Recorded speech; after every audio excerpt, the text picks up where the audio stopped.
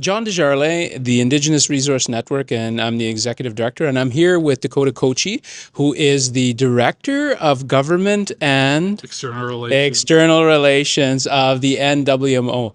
How are you doing, Dakota? I'm pretty good. Awesome. I want you to, tell us a little bit about your role and what you do in your organization. Yeah, we really work with anyone who wants to learn more about Canada's plan for used nuclear fuel. So whether you're a government, a stakeholder, a member of the public, an Indigenous community, the NWMO wants to engage with folks so that they can learn more about how we manage Canada's used nuclear fuel. Because as we know, as we're fighting the fight against climate change, looking to decarbonize, we want to make sure that we have a full fuel cycle, that we're taking responsibility for the waste that we generate as a result of energy generation. That's awesome. And I've had the opportunity to spend a little more time with you. And as you know, I'm a nerd in a lot of different ways, but a self-professed nuclear nerd. But one of the ways that we really connected is we talked about self-determination. And so tell us what self-determination means to you. I think as an Anishinaabe from Penamutang First Nation, self-determination for me means being able to make a decision and for my community that betters my community, that allows my community to flourish.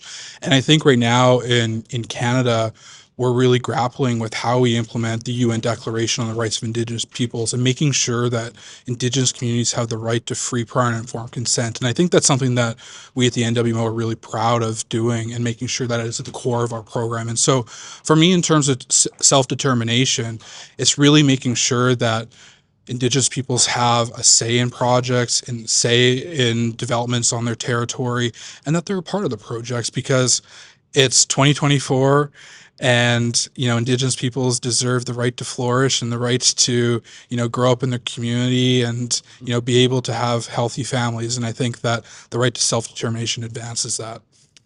Absolutely, and that's awesome. And in some of our deeper conversations, we talked about, I might have views that are not in line with other Indigenous people across Canada in relation to different industries, in relation to different policies. But one of the things that again, we have that brotherhood as we connected on self-determination is respecting that other rights have the ability to choose. Other Indigenous communities and people have the right to choose what's good for their community. And regardless if it's not in line with my views, we have to support, if we support self-determination, we have to support those communities. And would you say that's, much of the same thought process there? Yeah, I think, there's a wide variety of worldviews. Not everyone's the same. Indigenous peoples aren't homogenous.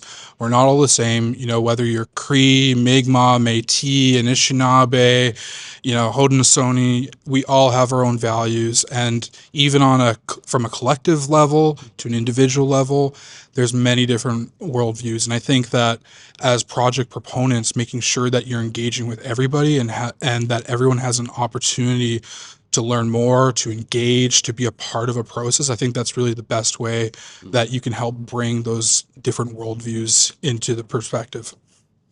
Awesome. That's the only question I really had. So thank you so much for having us out to tour the facility here in Oakville.